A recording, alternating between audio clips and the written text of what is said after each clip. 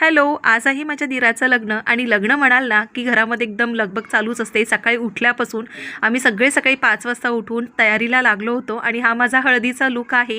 दिवसभर लग्न राहणार आहे, त्याच्यामुळे थोडंसं फ्रेश आणि एकदम टवटवीत दिसलं पाहिजे. आणि मला येलो कलर पहिला वाटलं नव्हतं की मला एवढा रेखून दिसतो आहे, तर खरंच खूप छान वाटला.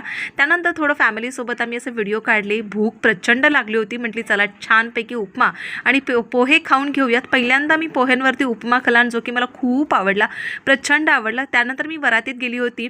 नवरदेव येथे ग्रामस्थ देवांचं ना दर्शन घेत आहेत. त्यानंतर मी सुद्धा तिकडे गेली होती आणि थोडंसं डान्स वगैरे चालूच होता.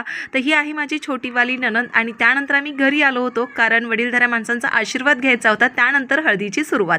आमचं धनगराचं लग्न हे दिवसभर चालू असतं. हे इथे मी साताऱ्यात येऊन पहिल्यांदा बघते, कारण ना मी आहे कोकणातली आणि माझं सासर आहे घाटावरचं, त्याच्यामुळे दोन्ही पद्धती खूप वेगवेगळ्या आहेत.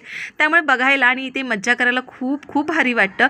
नवरीची एंट्री झाली होती, तिचे दृष्ट काढून घेतली होती. त्यानंतर त्यांचे फोटो आणि एकत्र त्यांना हळद लावून मस्त सगळ्यांनी अशी धमाल मस्ती डान्स वगैरे केला.